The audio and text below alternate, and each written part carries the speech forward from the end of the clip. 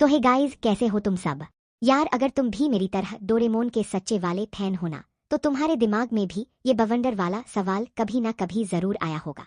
एक तरफ जब नोबिता की शादी उस जैको के साथ होती है तो भाई साहब सीधे क्रिकेट टीम ही खड़ी कर देते हैं, ढेर सारे बच्चे। और दूसरी तरफ जब अपनी सुजुका के साथ जोड़ी जमती है तो बस एक ही चिराग पैदा होता है। लेकिन गुरु, सवाल ये उठता है कि जैको से शादी के बाद नोबिता इतना कंगाल क्यों रहता है।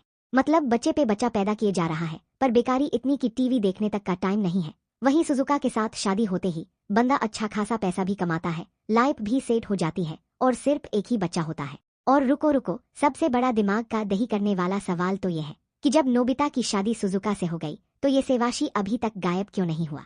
क्योंकि भाई डोरेमोन के पहले ही एपिसोड में सेवाशी ने छाती ठोक के कहा था कि नोबिता की शादी जैको से हुई थी, इसीलिए वो पैदा हुआ। तो फिर सुजुका वाली टाइमलाइन में सेवाशी कैसे बच गया। तो दोस्तों थाम के बैठो अपनी कुर्सी की पेटी, मेरे हाथ लग चुकी है नोबिता की पूरी फैमिली ट्री, जहां से इस पूरे कांड का पर्दाफाश होने वाला है। वीडियो कती जहर होने वाली है तो इसे एंड तक देखना और अपने सारे ड्रामेबाज दोस्तों के साथ शेयर ठोक देना। तो चलो बिना किसी नौटंकी के शुरू करते हैं। सबसे पहले बात करते हैं अपने ठरकी नोबिता की। भाई एपिसोड्स देख के ये तो साफ हो गया था कि नोबिता के अंदर हवस कूट कूट के भरी थी। सेवाशी ने बताया था कि नोबिता की कंपनी तो डूब जाती है पर भाई साहब घर पे ठाली बैठ के बस लोन पेलते रहते हैं और बच्चे पैदा करने की फैक्ट्री खोल लेते हैं। मतलब यार कोई झाड़ू पोछा या कबाड़ी का काम ही कर लेता, कम से कम परिवार को 2 वक्त की रोटी तो खिला पाता। पर नहीं, भाई तो महाबेरोजगारों की तरह घर बैठ के सिर्फ बच्चे बढ़ा रहा था। लीक्स की माने ना तो नोबिता ने जैको के साथ मिलकर पूरे 14 से 15 बच्चे पैदा कर दिए थे। अब तुम सोचोगे ऐसा क्यों हुआ, तो सुनो। नोबिता ठहरा निहायती अनपढ़ और ढोर बेरोजगार, जिसके पास ना अक्ल थी न समझ। उसका दिमाग बस फालतू चीजों में अटका रहता था। पर यहाँ एक और बड़ा सवाल आता है कि भाई नोबिता ने पूरी क्रिकेट टीम तो खड़ी कर दी पर उनमें से एक भी बच्चा ऐसा नहीं निकला जो आगे चल के बाप की गरीबी मिटा सके। सीधा सा जवाब है दोस्तों, उस टाइमलाइन में नोबिता के पास न ढंग की एजुकेशन थी और न ही कोई सही रास्ता दिखाने वाला। और यार मुझे तो ये समझ नहीं आता कि उस वक्त जियान कहाँ मंजीरा बजा रहा था, जो अपनी बहन जैको से इतना प्यार करता है। उसने नोबिता की कोई मदद क्यों नहीं की। जियान और सुनियो कहाँ गुपचुप गायब हो गए थे। और तो और जैको ने भी कभी नोबिता को क्यों नहीं समझाया कि भाई थोड़ा रुक जा, कोई ढंग की नौकरी ढूंढ ले।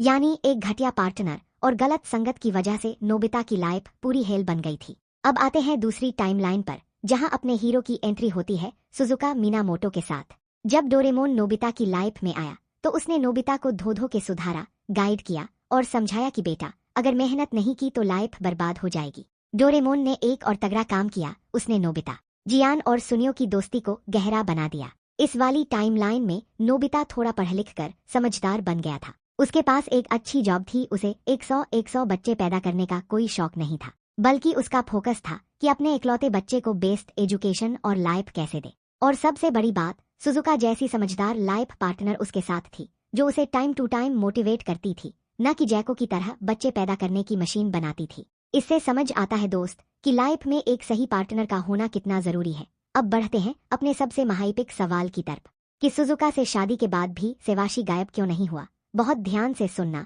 क्योंकि अब आने वाला है असली ट्विस्ट, जैसा कि तुम नोबिता की इस पूरी फैमिली ट्री में देख रहे हो। अगर पहली टाइमलाइन में नोबिता की शादी जैको से होती तो उनके बच्चों के खानदान में आगे चल के सेवाशी पैदा होता, लेकिन सुजुका से शादी होने के बाद वो वाली टाइमलाइन तो कट हो गई। तो सेवाशी बचा कैसे? सुनो, जब नोबिता की शादी जैको से नहीं हुई तो जैको की शादी किसी और अनजान बंदे से हुई। अब जैको के जो बच्चे हुए, आगे चलकर उन बच्चों में से किसी एक ने नोबिता और सुजुका के खानदान वाले किसी पोते या परपोते से शादी कर ली।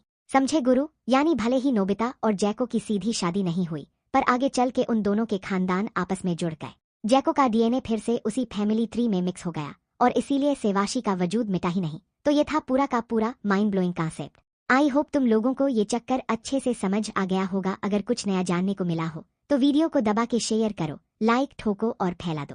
मिलते हैं तुम सबसे अगली धमाकेदार वीडियो में, तब तक के लिए टाटा बाय बाय और सायोनारा।